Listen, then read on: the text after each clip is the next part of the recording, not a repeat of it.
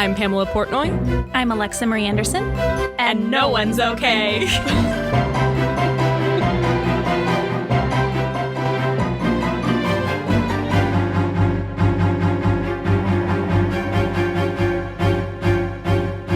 Hello.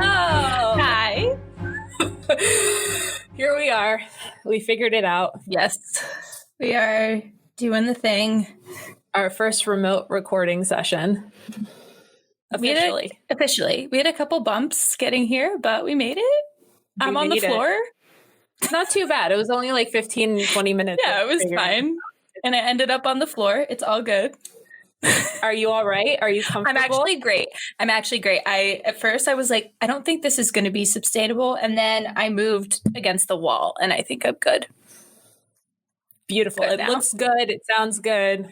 Yay. I'm hoping it sounds good to the audience. We'll find out. We will indeed.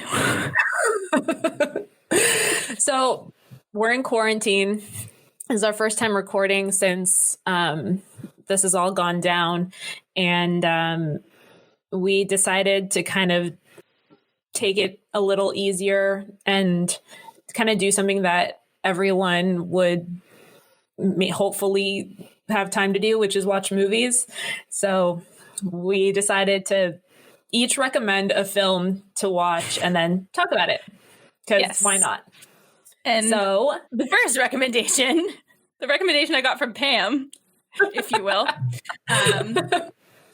is The Little Hours. Yep. I don't even know what to say. I mean, you can go ahead and give them that synopsis, and then I will proceed with what I picked. I can't wait to hear your thoughts. I truly cannot. Okay, so this is my recommendation. Was A Little Hours. It was made in 2017. The director is Jeff Baena. I really hope I just pronounced that correctly. Based on the Decameron, which is a series of tales about people fleeing a city in Italy because of the plague, which I found like incredibly ironic when I was looking that up, but I never read the book. Anyway, the synopsis of this film. Yeah, crazy, right? I kind of want to tackle this later on too. So the synopsis is, according to IMDb, in the Middle Ages, a young servant fleeing from his master takes refuge at a convent full of emotionally unstable nuns. Introduced as a deaf-mute man, he must fight to hold his cover as the nuns try to resist temptation. And the cast is as follows. Alison Brie plays Alessandra. Dave Franco plays Macedo, who is the man that takes refuge at the convent. Kate Micucci plays Ginevra. Aubrey Plaza, who I love, plays Fernanda. John C. Reilly plays Father Tommaso. Molly Shannon plays Sister Maria. Fred Armisen plays Bishop Bartholomew, who I really need to get into one of the scenes that he's in. Jemima Kirk plays Marta, and Nick Offerman plays Lord Bruno. Epic cast.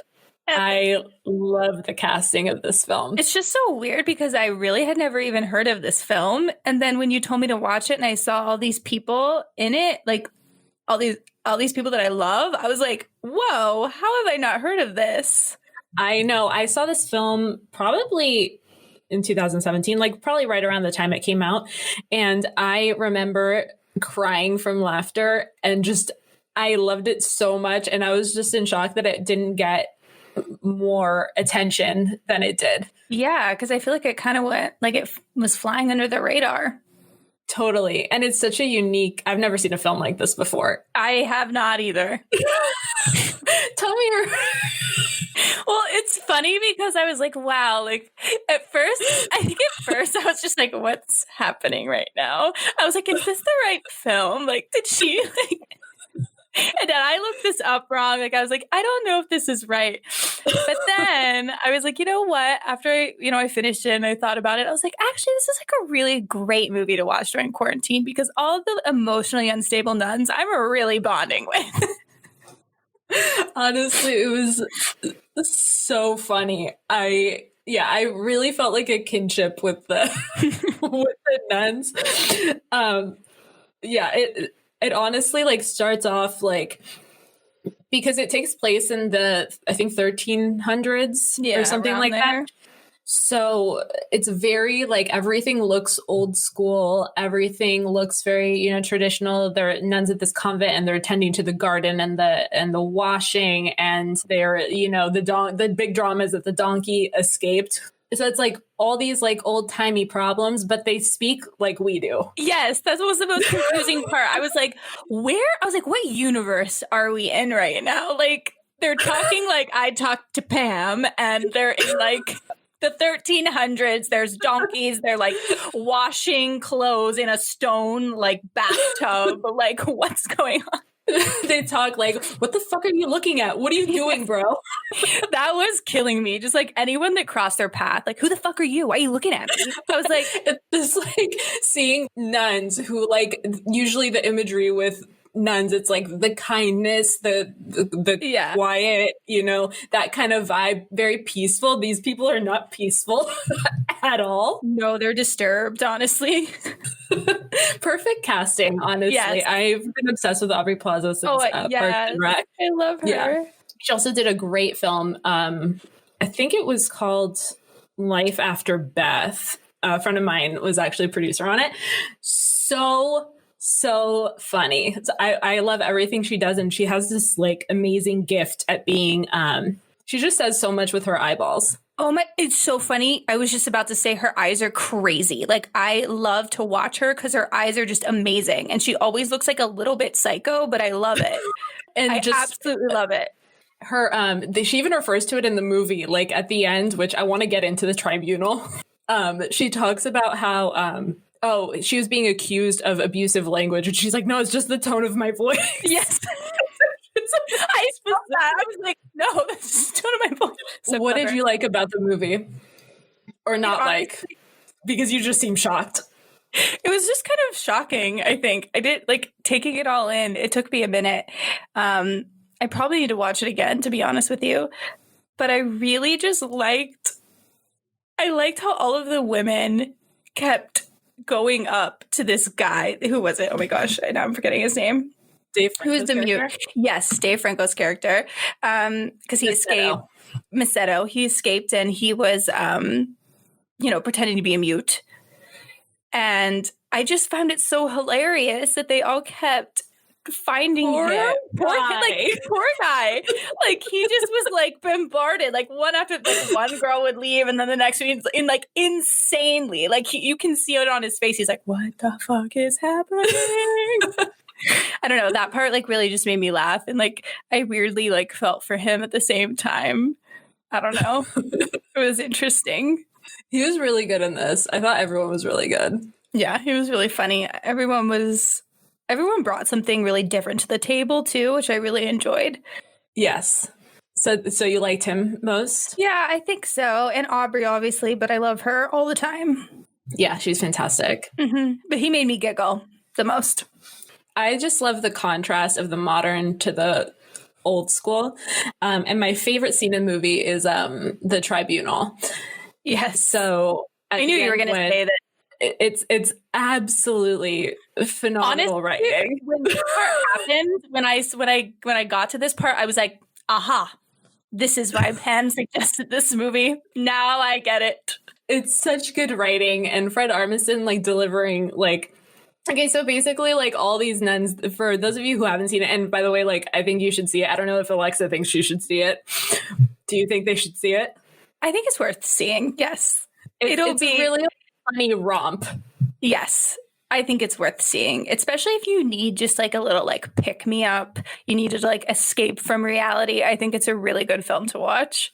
I feel like, yeah, because I feel we need that right now. Absolutely. It gave me a good chuckle. It totally made me like stop thinking about everything that's going on right now. It like took me into a different world. I don't know what that world was, but I enjoyed it. Some sort of world. Some sort of universe. I don't know, but I really enjoyed it. It was good. Good. So it's a shit show of like, they're trying to do some sort of witchcraft, and they kidnap Misetto, and basically they get caught doing all this like crazy stuff that like they're not supposed to do as nuns. And so there's this tribunal, and Fred Armisen plays a bishop that's like the head of it, and he is like reading out their sins My favorite is when he's like doing Kate Micucci's character. I think her name is Minerva, if I mentioned it earlier. But anyway, he's like reading her sins and he's like, eating blood. Do you think I've ever written that down before? He's like, where am I? It's so good. And I love I was actually really touched by Molly Shannon's relationship with John C. Reilly's character. Oh yeah. They were so sweet. When he got kicked out of the convent at the end by the bishop and they're saying goodbye to each other, the guy's like, what are you doing? Get out of here. Like, stop touching each other. Are you smiling at each other? You're both out of control. That's my favorite. Yeah, no, it was a really good. I'll say, like, it was totally nuts, but totally worth watching. What didn't you like? Because I feel like you're holding your tongue. Oh, what didn't I like? Yeah. I will be honest, and I'll say, like, the whole, like, little, like, and I'm not a prude. I really am not. But I was like, is this necessary, that little orgy scene with the girls? Really? Yeah, I was like, I don't know if this is necessary right now. I was like, this is a lot. I mean, I thought it was really interesting because they're not used to having... Right. There's no men around. Yeah. Like, I get it. I totally get it. I just was like, it was a little, like, redundant for me where I was like, all right, here I am. And, you know, very clearly, like, some of them do like women. Yeah. And, like, No. Yeah, of course. I just think in terms of, like, the movie, I would have, like, if that was, like, a part that I had to say I didn't like, that would be the only part. It was raunchier than you expected it to be. Yes. And not that I don't like raunchy, like, stuff. Like, I'm not, like, you know, like, ew. But I just was like, this is a lot. I just want to get back to the funny parts. I see. Yeah. Like, it just took turns right and left that you weren't expecting. Yeah, kind of like that. I was like, oh, why is this happening now? Like, I get it. But, like, if that would have been, like, a brief moment, I would have been like, oh, nice. But I was just like, oh, this is still happening. I sound like such a prude right now, but no, you don't. I find those sex. Wow, Pamela. I find those scenes, like, super interesting because it really, like, kind of informed what their situation was, and, like, I don't know, it added to the shock value. I love the whole film. I think it's really fun.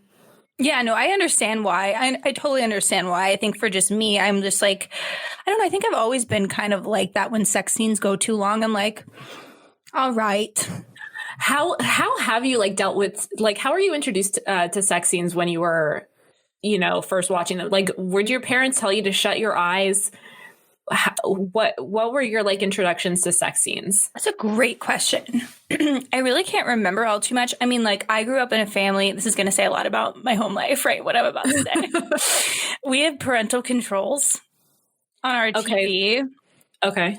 So, like, you had to put in, like, a passcode to, like, get to certain, like, channels. Because we have like HBO and we have, like, all of the stuff. So it would be very easy to, like, accidentally probably watch porn. Because, like, you know, like, those HBO channels, like, have, like, all kinds of weird stuff on them late at night. So we had parental controls on our TV a lot. But, like, I want to say, like, I never was told to, like, close my eyes if it, like, happened unexpectedly. I don't remember that ever happening. I remember maybe my mom would be like, oh, can we change this? Or, like, something like that, like, off the cuff. But, like, I mean, not anything, like, super strict, just, like, being cautious, I guess.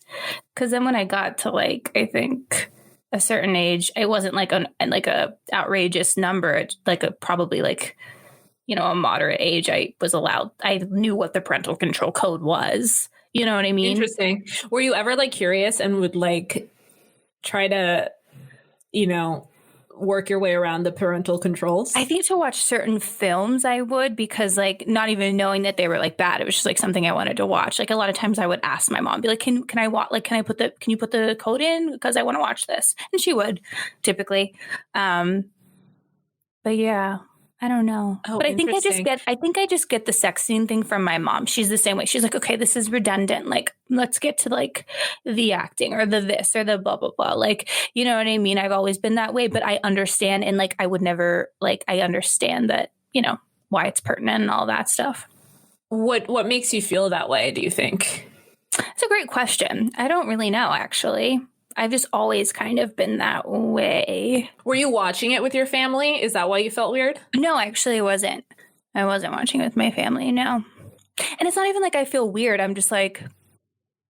I just think it's an interesting conversation because everyone deals with sex scenes differently. And particularly because you're home right now. So, like, I was curious, since you did watch it, I guess, alone, it's different. But like, I remember when I was growing up, I would, and there would be like a sex scene on, we didn't have parental controls, but like I was an only child. And so my parents, I guess, kept a close watch on like what I was watching, but I didn't really feel like censored until like we'd be watching like a rated R movie and they would just tell me to like shut my eyes. Yeah. But I would remember that like I would like look towards a window or a piece of glass, something with a reflection because I still wanted to watch. Yeah. No, and you know? Yeah. I'm so totally. Curious. I think I've thought of like my reasoning now. I like the mystery of things because I like certain sex scenes, like the sex scene in The Notebook. I love because of like the filming of it. That's a really, really hot sex scene. I love the filming. I think when it's too out there on a platter for me, I'm not as intrigued. Does that make sense?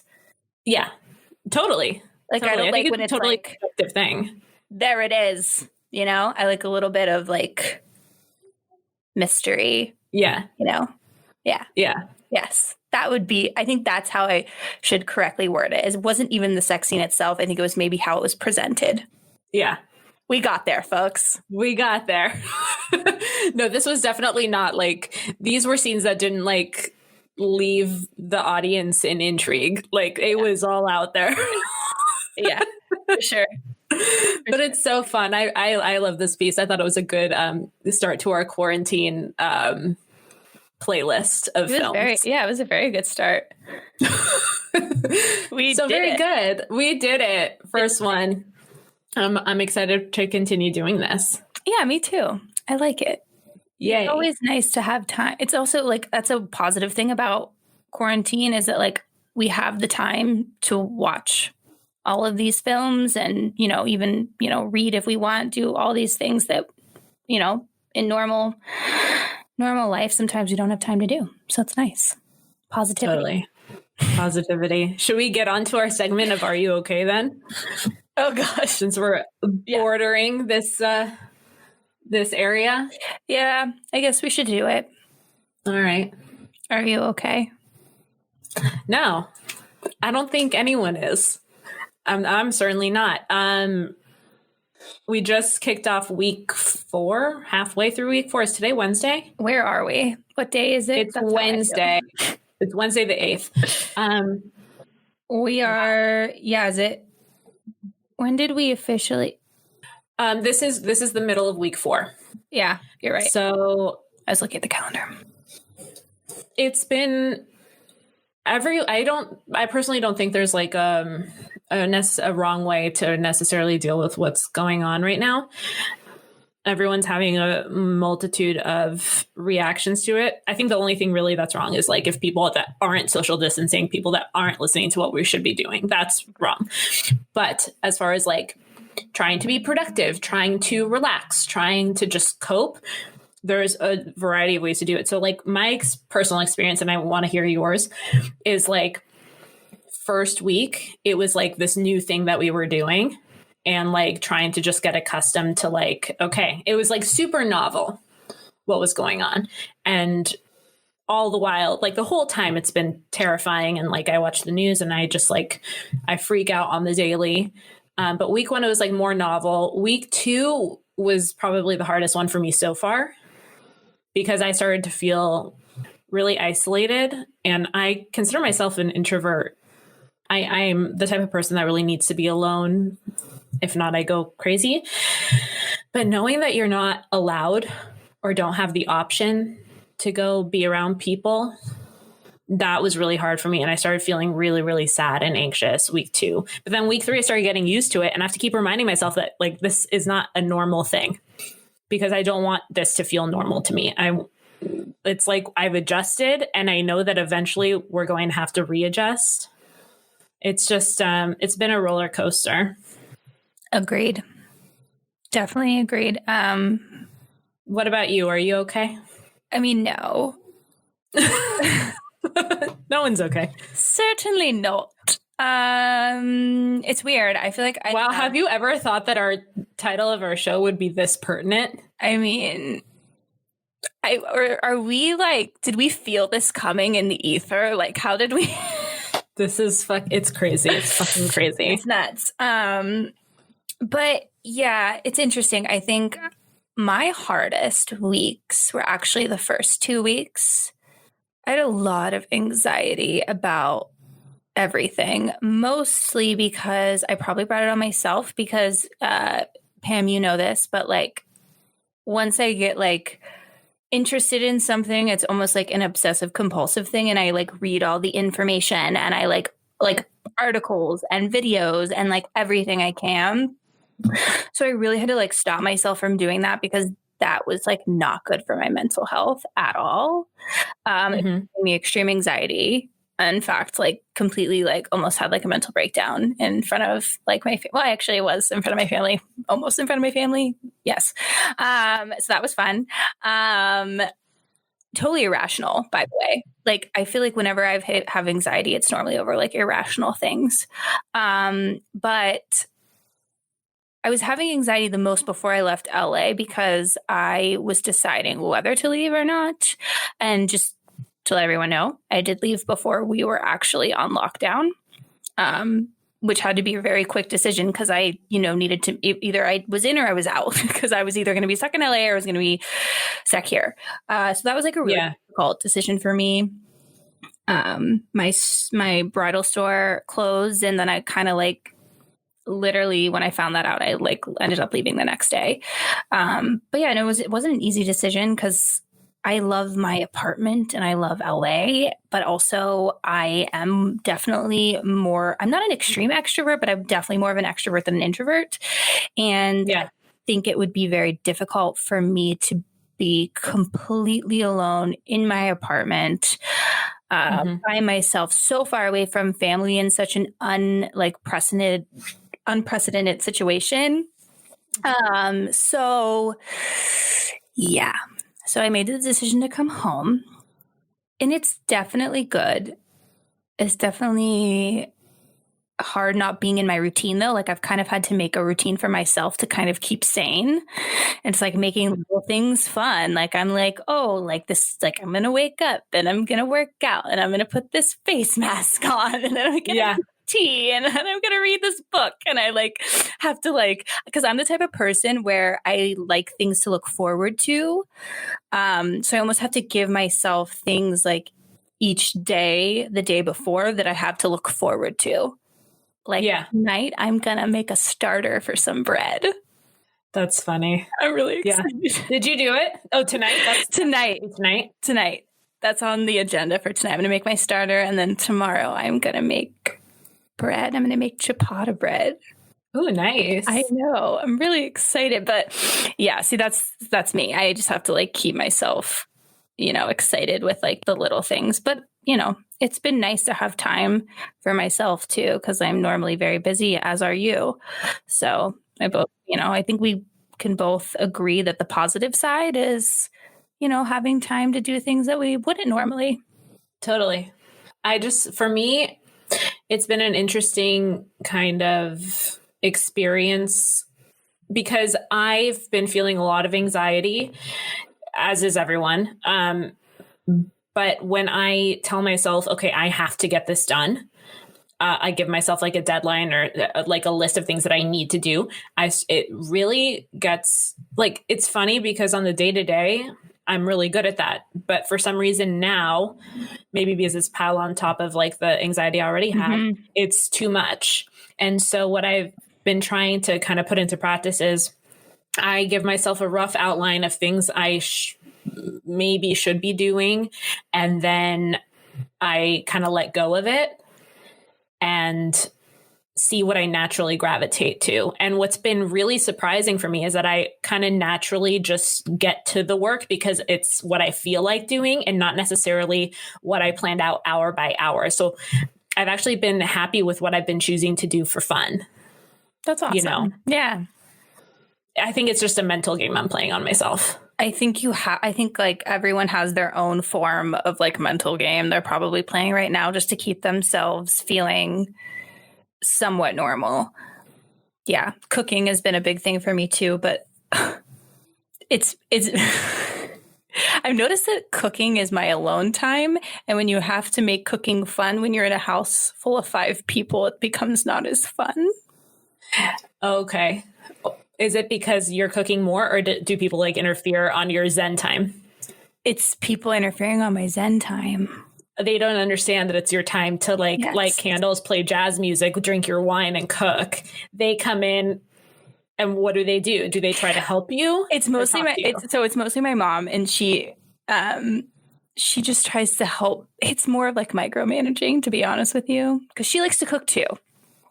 So she likes. Yeah, you're all very talented in the kitchen over there. Yeah. It's all thanks to my mom. She's an amazing cook. So I will give her that shout out before I go in on her right now.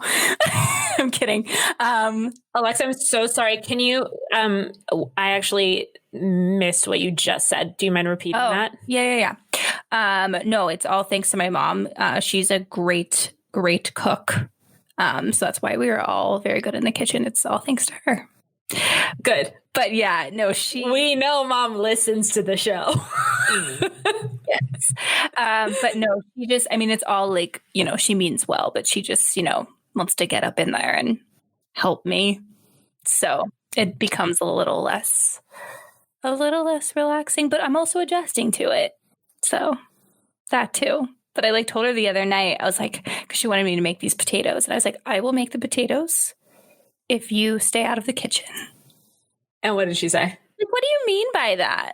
I was like, oh no. I was like, Mother. And I actually kind of this is just how we are. But I kind of mimicked her, what she did. But I was doing it with her, what she was working on in the office. And she was like, why are you doing that? And I was like, oh, I'm sorry. I was just being you in the kitchen.